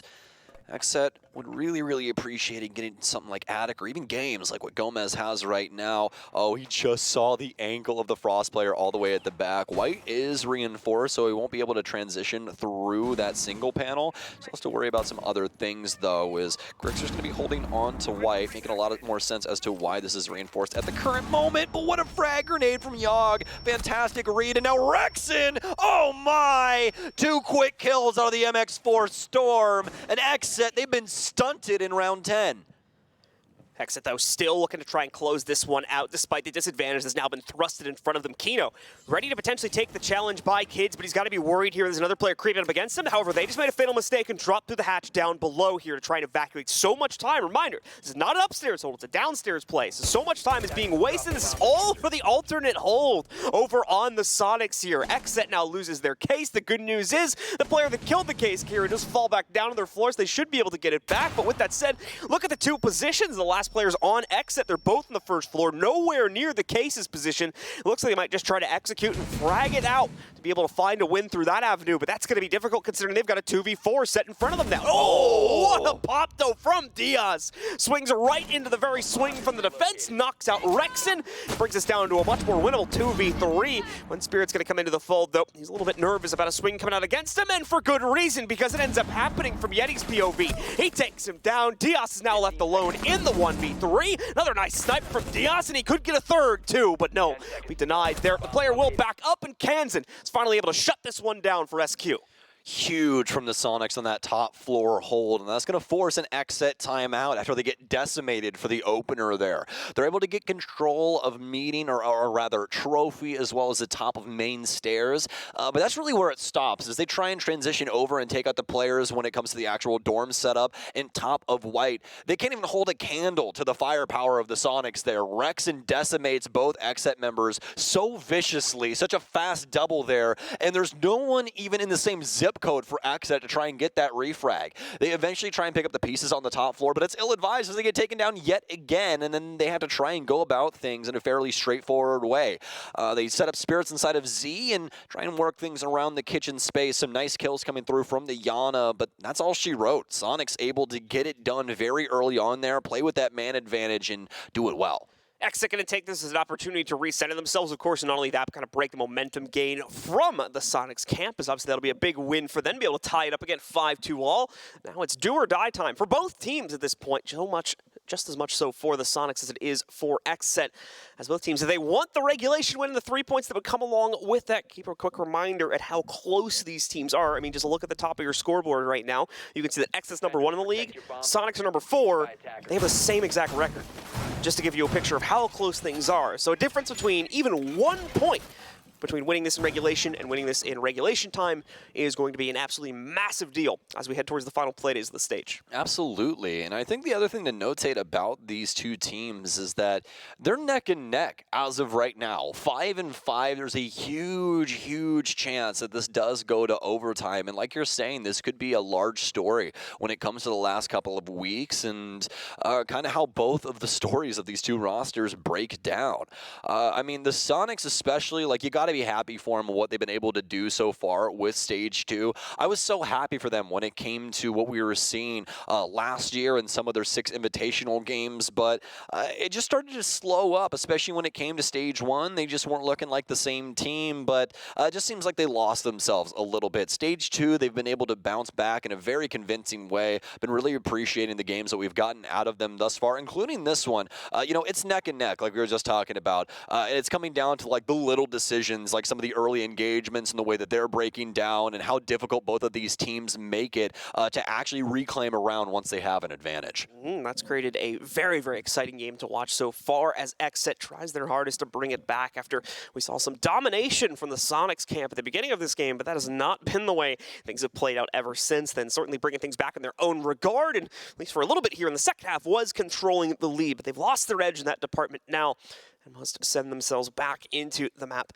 Only with that 5-5 lock-in, need to be perfect from this point forward, but as you mentioned, we are on the teeter-totter, so that even that, just 2 consecutive rounds, are going to be such a tough task for either of these teams to achieve. So ending up in overtime is probably more of a possibility than us ending up in a regulation victory at this point. We'll have to wait and see, of course, especially because we'll have a bit of an extended pause here now, since we're going to be in the rehost. But either way, teams will get themselves ready, and we'll be back in just a second, folks. If anything, I think the tech pause makes this even more interesting, because how are both of these teams going to react now? They've gotten some time to sit here and talk amongst themselves and try and make some adjustments. Obviously, there's nothing really coming from the coaches when it comes down to a tech pause. So, I mean, we could see some pretty considerable changes for both of these teams. I'm excited to see it. I really don't know what the changes are going to be, if at all. Maybe they just go with the same strategies that they have been and just try and tweak some things, whether it be on the front end or the back end of the round, and some of the decision-making they have around those moments. But we'll have to see. Unfortunately enough, not too far off from actually getting back into things. We're just going to confirm that everything is right as rain before we throw it back on your screens, folks. So don't go anywhere, as we are just moments away from jumping back into Oregon. Yep, we'll be getting back in just a second, guys. Like Stokes said, we just want to double check that we don't have the same bug happening again. Pretty sure it was a drone bug or something like that, so we needed to hop in a game to fix that. But usually these quick resets do settle those. So back in, we'll just make sure no one needs to call for anything, and assuming we are all good. I would say we're good. There's no one saying anything. It's been a handful of seconds. All right, so let's get back into it, folks, and let's start focusing on the game once again. As XSET tries to clear out the basement hold from the Soniqs one more time, and it would indeed potentially be the last time, as the Soniqs may not want to risk a second attempt here if it goes to 6-5, and they once again are unable to hold on to it. Okay, so Soniqs, they're not going to be bringing the Azami downstairs this time. Instead, Yeti will be on the Warden. We have the Thunderbird for Grixer here. Love Thunderbird when it comes to a lot of different positions, but especially turtle setups, just because the Spear is such a good gun, but you also have the Kona stations to be able to heal yourself back up when you take the initial engagements. Run back, get back to full HP, and then go back at it again. I mean, the offense does it all the time with Finko. Why can't I? That's what I like to think. So we'll see if that works out for the Soniqs. Either way, really love the idea of bringing the Kona stations here. And also the extended hold that the Soniqs are going to have. It's going to force XSET to try and take some contested gunfights early on with some of the best from the Soniqs, including Rex. And he's gotten to hit his mark earlier with this MX4 Storm, and we'll see if he's good for it yet again. Kona stations are going to have kind of mixed results depending on the playstyle here for XSET. And XSET are being quite aggressive, though, so I'd say there's going to be a decent opportunity for the Soniqs to get some use out of these stations here, most notably for Kansan, of course, who was forced back. But Yeti now realizes just how far forward these players are. So this is going to be so awkward as Gomez is somehow able to negotiate both of them, only to get clipped by Rexen, still holding the top white stairs a second later. But that's all right, a 2-for-1 trade. Even if it's the Finka, that's a W for XSET. Nah, Gomez didn't get clipped. He clipped them, John. That's how that works. What a 2K out of Gomez. Oh my. All it needs is a Finka, and apparently Gomez is good for it. It'll take out two people on the complete opposite ends of the freezer hallway. Incredible stuff here. And now XSET so far ahead inside of this round, taking down Yeti as well as Kansan, but obviously the utility of Kansan will still stick around, so they'll have to deal with those Banshees at a later date, but at least some of a very serious blow dealt to Soniqs. Still have an opportunity here at the end of the day. Just depends on how these initial engagements go for the actual site. Super has to make such a grand stand here. Really like this fallback strategy from him as well. Plays around Boiler there for just a moment, but then gets back in behind his shield for elbow. That's going to let him hold on to construction for some time. Now, be paying attention to what Grixer's going to do here as well as Super. You got to be paying attention to this utility game. Super's got to delay some time here and force XSET to try and go for this plant where you hope Grixer can deliver with that Nitro Cell. Grixer just waiting for his chance to impact here, but it's going to be quite a few seconds before he gets it. XSET themselves still building up their confidence to be able to swing into this, and Yaga so close to the contact here versus Rex on the other side, and actually is going to end up swinging into it accidentally, not realizing that Yaga had already positioned himself so far forward. He gets the kill against him. Super tries to directly challenge, and to his credit, will succeed in picking up the frag on Diaz, but Yaga also trades him right back out. Grixer with a solid exchange. The Nitro is out, but unfortunately the impact won't be made twice this time. Won't be able to deal really any damage at all to either Kino or Spirit, so that plant is going down, but here comes the flank from Grixer, working over towards it. He's got the right read on the Spirits, but not enough damage to fully impact him down. Only to about 50% of the HP. Keep in mind how low Grixer himself is as well. He's got to play this oh so careful. That explains why he's not gung-ho about the fight, but regardless, wins out another 1v1 versus Spirits to take him down. Now it's just Kino versus Grixer. One target to go, and he has case control back. He'll surge forward, get the Kona station to help him out as well. Why not? They're sitting on the site after all, but no, not enough, as Kino closes out for XSET instead, and they take 1 out of 2 rounds needed to lock down this game. you have to be feeling for the Soniqs there. Grixer does so much to try and claim that round that really all you can think about from the Soniqs, Pav, is just imagine if anybody else got some kills there. There's such an opportunity for the Soniqs to take that. So unfortunate that they just get decimated by XSET's setup. I don't think that Super was exactly ready for 2 people to be inside of Cons either. I think that he more than likely thought that they were just holding the cross for his rotations back and forth, and if he just kills the one person, then he's good as gold. But obviously not. And now the Soniqs, they got some serious things to think about as they use their one and only tactical timeout, moments away from potentially the last round here in regulation. This is going to be it for the Soniqs. One chance to rebound here. The good news is they only need the 1 round, so it'll be a very quick rebound if they can surface it. But XSET as well, finally breaking the chain, able to pick one up for themselves yet again. Now puts themselves in a great position to shut this one down. Obviously, they'll have the tactical timeout too, so their coach once again can bring some input to the field here, and their leadership in-game can even take a step back to figure out exactly what needs to go on. It does look like we actually had to shift this over to a tech pause, so give us a moment, folks. This is going to be a little bit extended from the usual tactical pause as we fix whatever problem cropped up there. Well, as of right now, just to kind of update you guys on the situation, the Soniqs are locked into a basement defense here.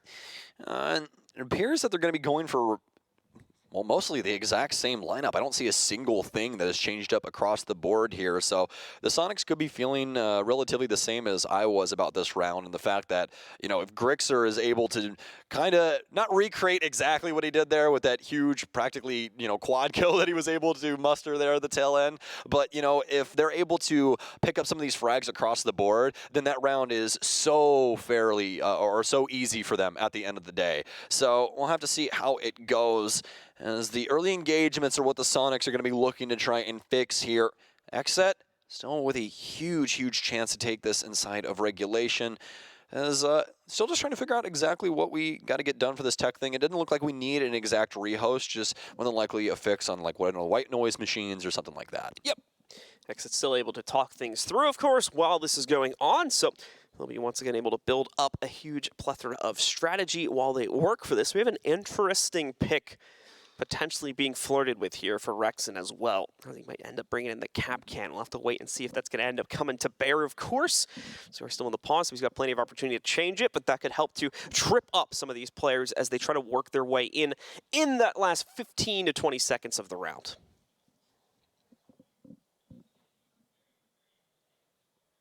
Okay.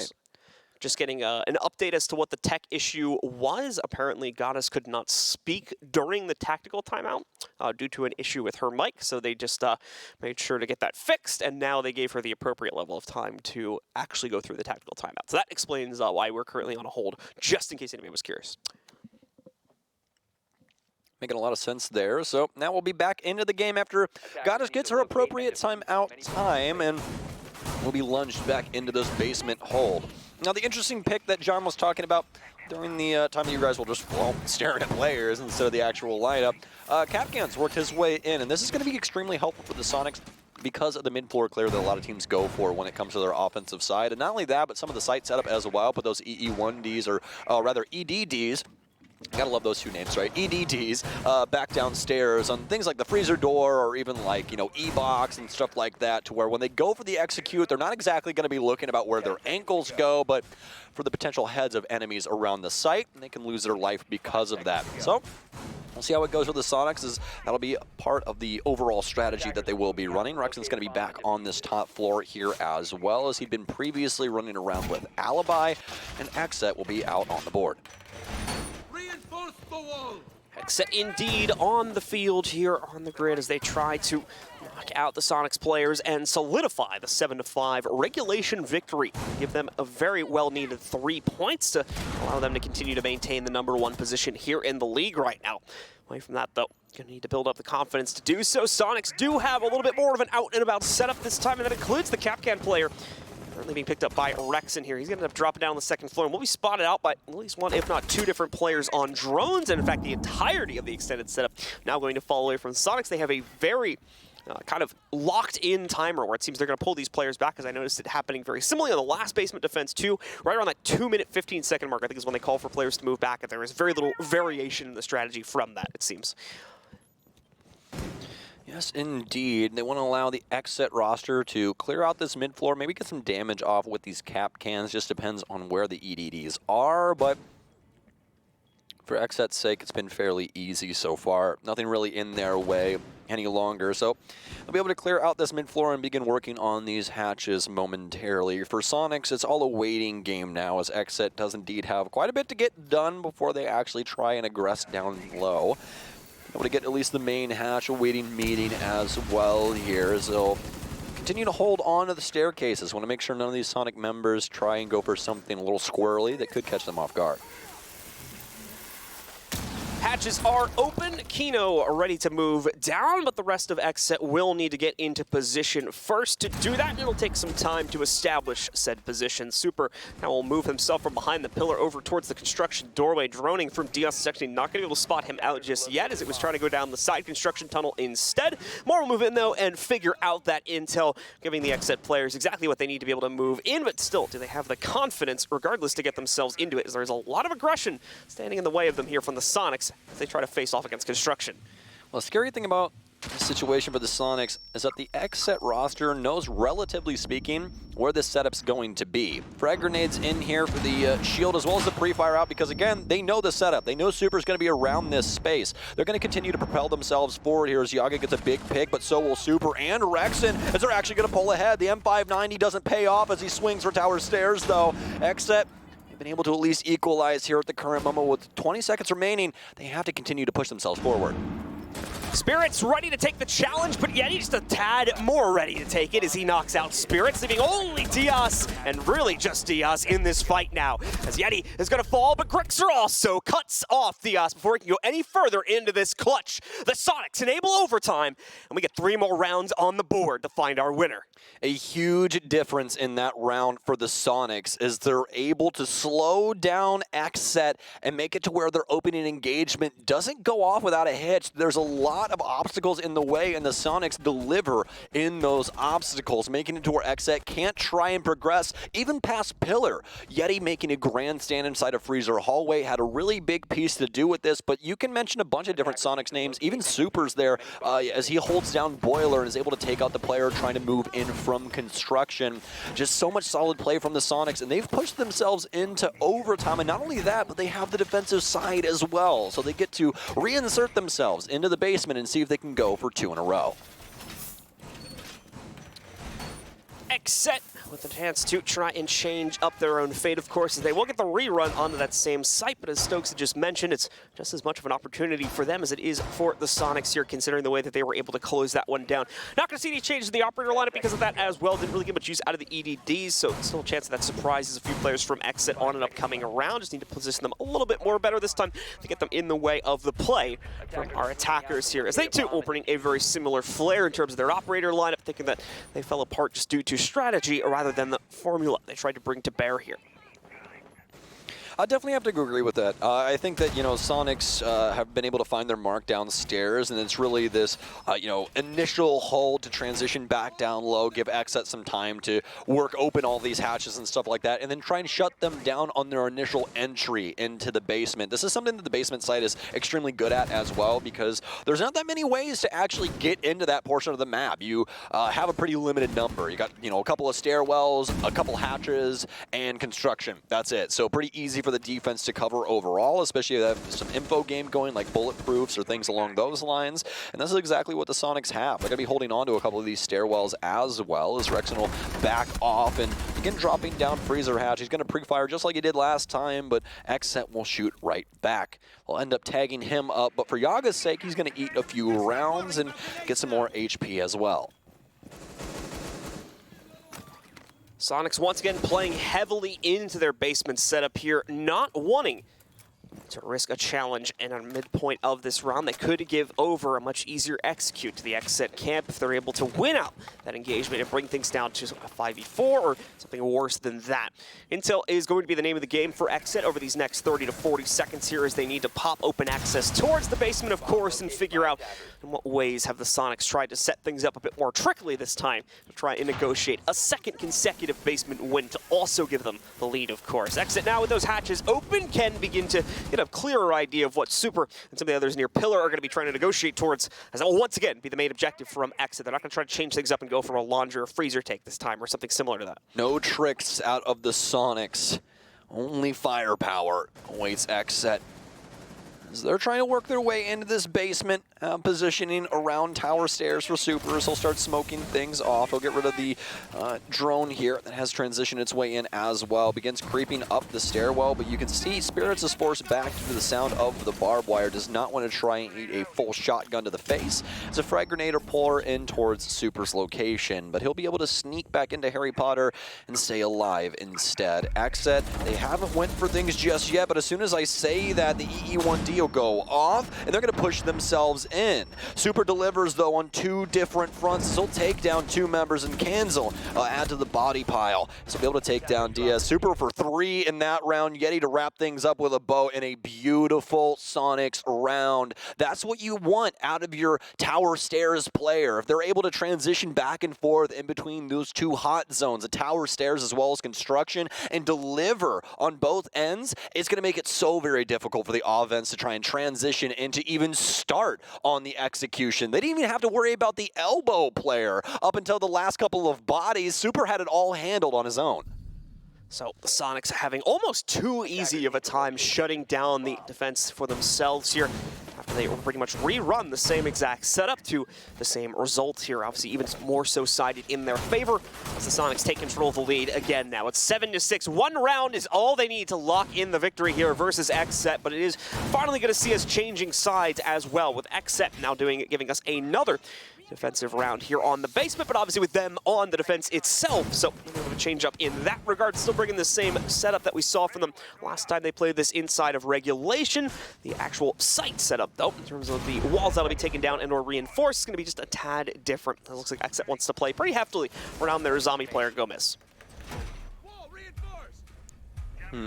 Could be pretty interesting how this works out. Gomez is going to start all the way over in small tower, just looking for some drones and pre-firing doors and things along those lines. But he hasn't found anything just yet. The remaining members of XSET, for the most part, are over towards Freezer Stairs and Z Hallway here, as Yaga's trying to help Gomez out for some time. But when you know it, the only member of the Soniqs here on the west side is actually Yeti.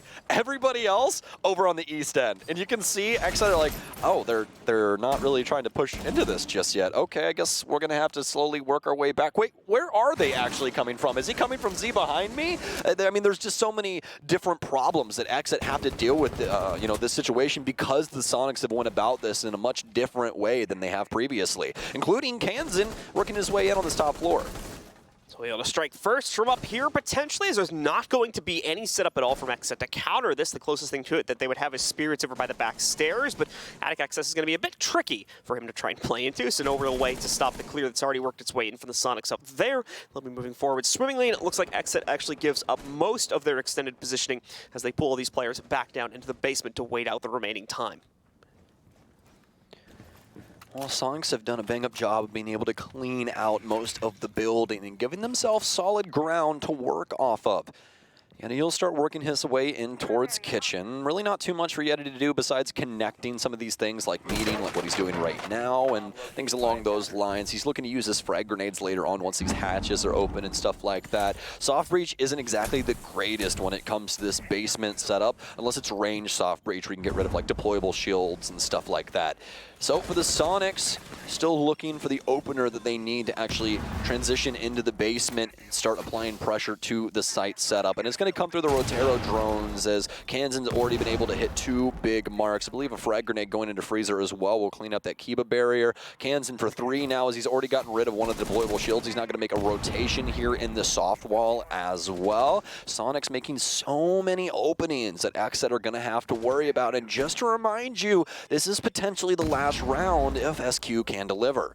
Need to make that happen, though, and that's going to be the big issue as time starts to get lower. We've already seen them and XSET trip up in this area where they just waste out too much time trying to set up their attack and are not able to actually make it work when it finally comes time to shove it into the defensive setup, in this case of XSET here. Spirits will take some heavy damage, but Yeti will arguably take nearly as much here. Super makes the initial impact for the squad. Rexon to follow it up, and Super now to put the plant down. But Kino moves in to deny that before himself is taken out by Rexon. Problem is, though, the rest of the assaulting team did not make enough impact or push forward for enough map control.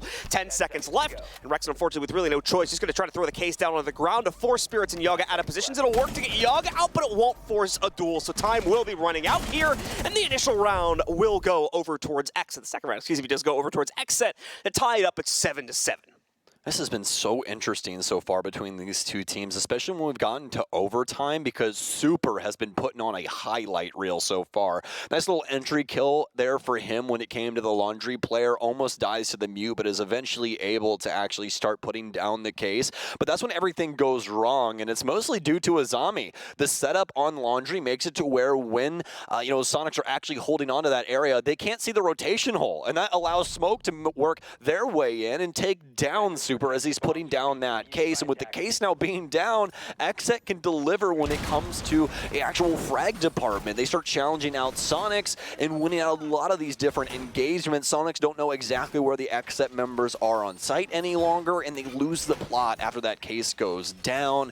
Not able to get it done in the 1v2 either, so unfortunate circumstances for them, but for XSET, it's definitely a breath of fresh air after they were down to potentially one round that could have been their demise. Well, it's still going to be down to one round for them ultimately as it comes to this one, the 15th and final round of play, regardless of who ends up winning it. Either the Soniqs take this or XSET does. No other way around it, and it'll fall upon arguably one of the worst sites for XSET downstairs in the kitchen hold. Well, my friend, you picked Soniqs, I picked XSET. It all comes down to this. It's practically a coin flip if you really want to look at it that way. Firm shake of hands, and we'll see how it goes. We'll see how it goes. So, as we got the opener here, oh, I love what's going on this top floor. We're going to have Super out on an island. He'll be playing for his death there and hopefully to claim some others' lives, as he'll be on the top floor of Small Tower with some Kiba barriers in tow. He wants to hold on to these here and try and force XSET to clear him out. You can see some frost traps around the area as well, which could overly complicate things if XSET do want to try and hop in some of these windows. But as of right now, that is not where they have their eyes set. They have it set on this dorm's hold here that has Kansan and Rexen playing the top floor. Gonna go fairly quiet here as XSET just tries to set up for their initial positioning. They'll find fairly easy access to the walk-in side of things, including Master. But now, as they try to move further forward than that, that's where Rexen is going to try to get into the way of it. Already knocking out 2 bits of intel from the drones there. Those are the only 2 drones who have been taken out so far, so XSET still have plenty in excess. The big question now is, does Rexen want to stay here, potentially challenge for a pickup, or is he going to be falling back? Support is available, of course, but not forever here. A few players may end up falling back on the Sonic side of things, and that would leave Rexen very much alone on an island to try and play out the rest of this round here. And more importantly, try to delay for as long as possible. You can see Kansan with him at the moment, still continuing to maintain this presence, and XSET nowhere near certain of where to follow this through and try to move into the site from. They're going to be held back as nearly half the round has already been wasted just from this hold. They got a frag grenade in to be able to start applying pressure to the dorm setup upstairs through attic, and that's kind of what we talked about the last time, because now Kino can actually help them with this setup. They got decimated by this top floor hold the last time around, and this time they've at least been able to get out of it on equal footing. Yes, Gomez will go down and they won't have the adrenal surges any longer, but at least they have presence upstairs and they can start breaking up the kitchen floor and start looking for some of these Soniqs players that they can apply even more pressure to. Yaga's going to continue this work here upstairs, starting to look inside of security, but the Soniqs members already hightailed it out. Kino strikes next here now for XSET being able to take out Super. Brings the defense down to only 3, and it's shrinking from there. 2 of these top downs. XSET are using them so potently, and the Soniqs just don't seem to have a way to counter it here. You could see Rexen trying to swing up, but he's nearly lost his own life in an attempt to do that. That would leave Yeti all on his lonesome on the Echo as well. He needs to try and find a way to use this utility, but he can't even find safe positioning. Diaz knocks him out. Spirits finally closes out against Rexen, and that's going to be XSET taking control of this matchup all the way to the bitter end of overtime, even is how far this needed to go, but XSET eventually takes control. 8-7 is the final score. They'll be taking home 2 points for their victory. Soniqs won't be walking home empty-handed either. They'll still get a point for being able to make it to OT, but it's much less than the 3 they could have bargained for themselves if they were able to take this earlier. Yeah, takes all 15 rounds in between these two, but an adjustment on the top floor take from XSET gifts them the round. as they're finally able to bunker bust the Dorm setup. Beautiful round there from XSET and a strong game from both of these teams, showing you exactly why both of these squads are inside of the top 4 for North America at the current moment. But that could change up very quickly here today with how hotly contested our leaderboard is here currently in this region. Excellent game from Diaz as well. I want to give a massive shout out to him from that clutch at the very start of the game with the double nitro cell and the closeout kill going all the way through. He was the rock in the mid-round scenarios that would always keep this team under control and composed, still able to close out rounds, so a big shout out to him. That'll do it for the two of us for now, ladies and gentlemen. We're going to go to a short commercial break. When we do come back, we'll have your desk ready to break this game down.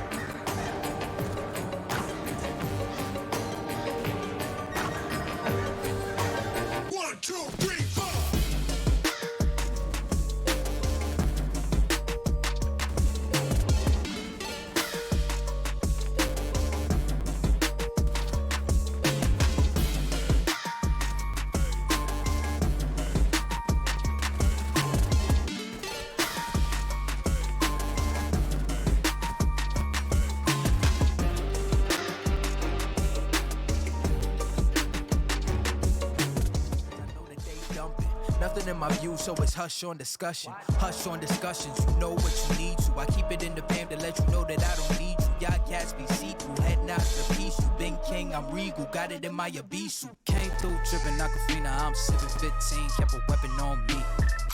Flow make digits, I'm on my business, stack chicken like what it's gon' be. Crew in the cut, hey, you want us, red run when I tell a peace. Love is love. Love is love. Hold up with it, got my back on Pippin, I'm back in kitchens with the tray. Windows tinted like how black my skin is, scoop the shorty in it from a J. Swish, she got vision just like any women giving me the kitten. Way before the riches, nothing more to mention. I could light a block, a pot of aura glisten. Boring on my body, that's Agora linen. I came through tripping Aquafina, I'm sipping 15, kept a weapon on me.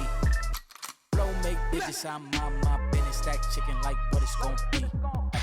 Crew in the cut, hey, you want us, red run when I tell a peace. Love is love. Love is love. Adios. Love is love.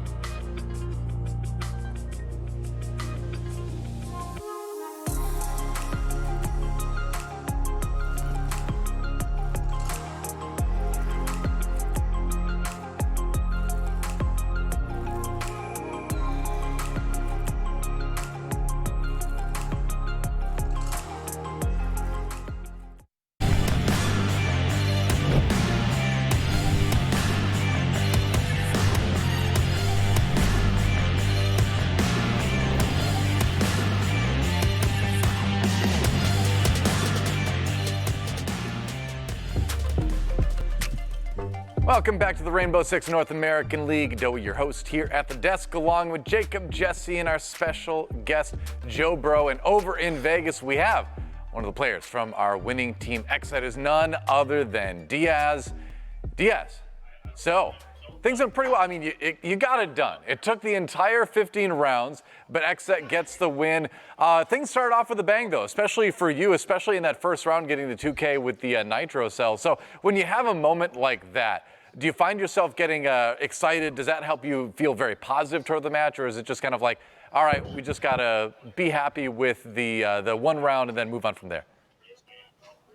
I mean, I just get excited during the moment, but then it's the next round. Go next. Yeah, makes sense.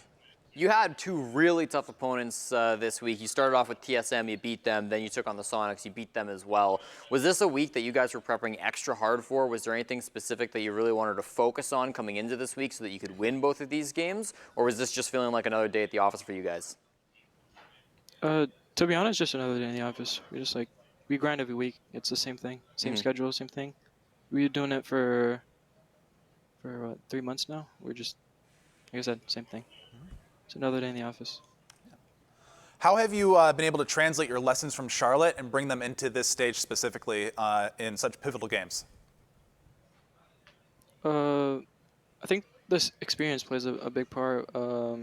At Charlotte, we struggled a bit in counter-stratting.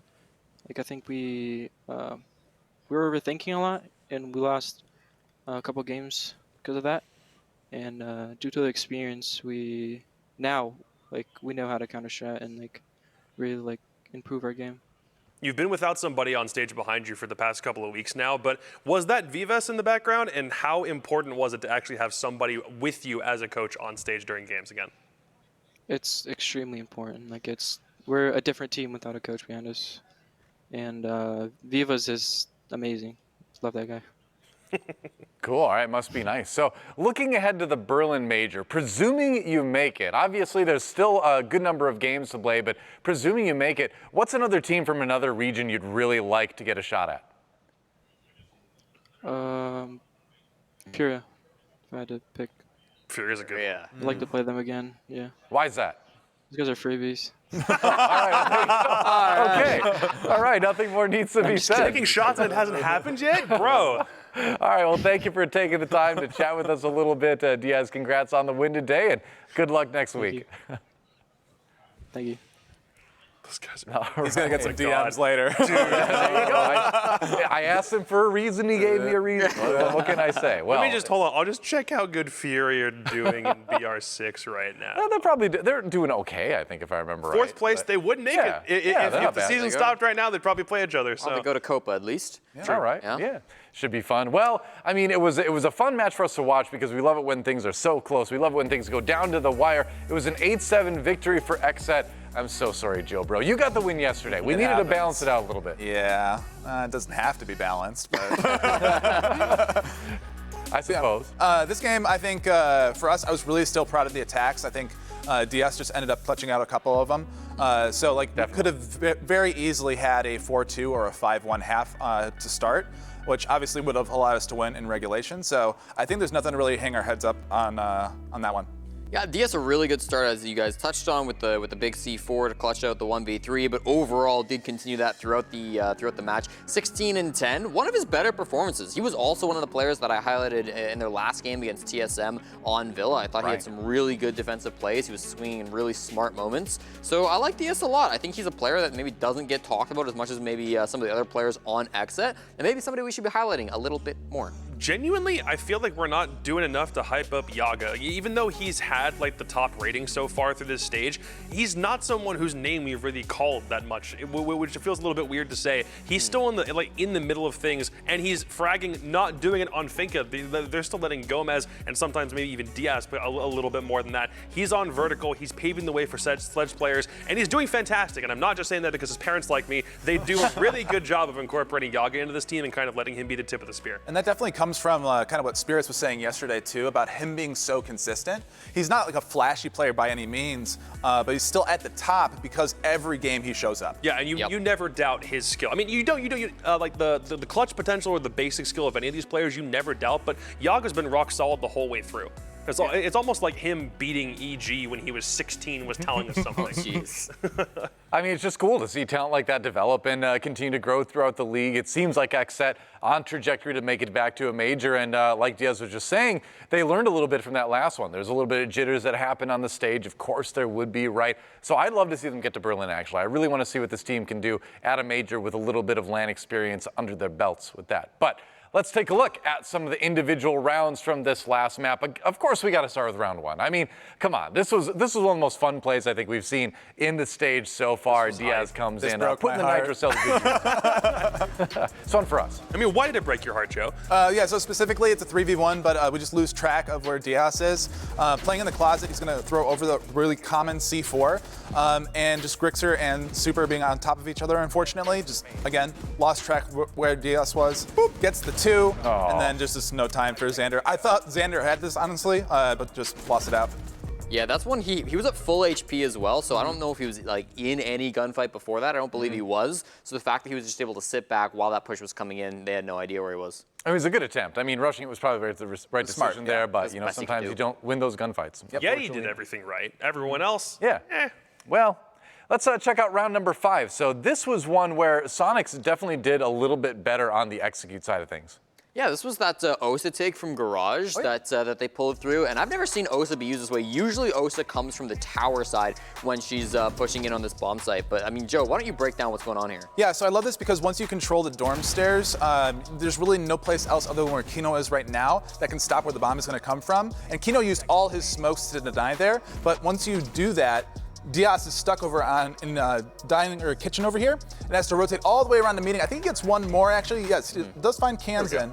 But then Super and I believe, Grixer are still up, and this is just an unwinnable angle for Diaz.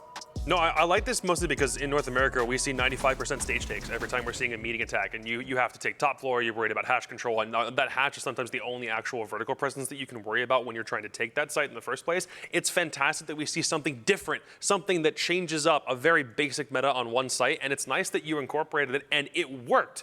I just like, can more teams start doing this, please? You don't have to attack T1 every single time you take meeting. You can do it different ways. There you go. Variety is the spice of life, as they say. We got one more round to take a look at, and this was something you wanted to highlight, Jesse, because this is kind of a cool, like, Kiba barrier trick that people can kind of take to some of their own games. Yeah, I mean, this is not going to be a big thing, but this is a nice little way that they used Azami on Oregon. So look at what Diaz has done with this Kiba barrier. You can see just barely that he's made this the Kiba barrier on kind of this like pool table or whatever this little foosball table is. There it is. And he's got a bit of a cutout so they can see onto the white stairs. It's a really sick angle from Diaz as we play. There it is, beautiful angle that just slits in onto the white stairs. And if we play this in slow motion, we'll see he actually is going to be able to get a kill from this. It's a small little thing that maybe should make you consider picking up a zombie next time that you're playing on dorms on Oregon, because that's just one of those beautiful angles. It's so hard to counter. You've got so much coverage when you're using it. And then of course, XSET were able to finish out this round with some nice plays from Kino as well. Yeah, I think it's cool to consider kind of the little like fringe uses of the Keep It barrier like that, where you kind of utilize sort of the handle sticking out on the table to create that little gap to create you a nice little hole to shoot through. It's making you like second guess whenever there's an Azami on the board and you're attacking against it, because there could be a pixel angle that shows up out of nowhere that you can't account for until you see someone use it, and then know you kind of have to watch every individual pixel until you clear the Azami out or kill the entire defending team, because someone could be hiding back there. It's true. If you're not learning, you're losing. Somebody said that. I think it was Wayne Gretzky or Abraham Lincoln or something like that. I don't know. We'll figure it out during the break. We are going to take a quick break right now to get ready for our next match of the day. It's going to be Astralis versus Oxygen. This is also going to be another great match because you know what? They kind of all are in stage 2. No complaints here at all. Maybe a little bit from Joe Bro, but he'll get over it. Don't worry. He'll be fine. We're going to be right back on the Rainbow Six North American League. See you in just a few.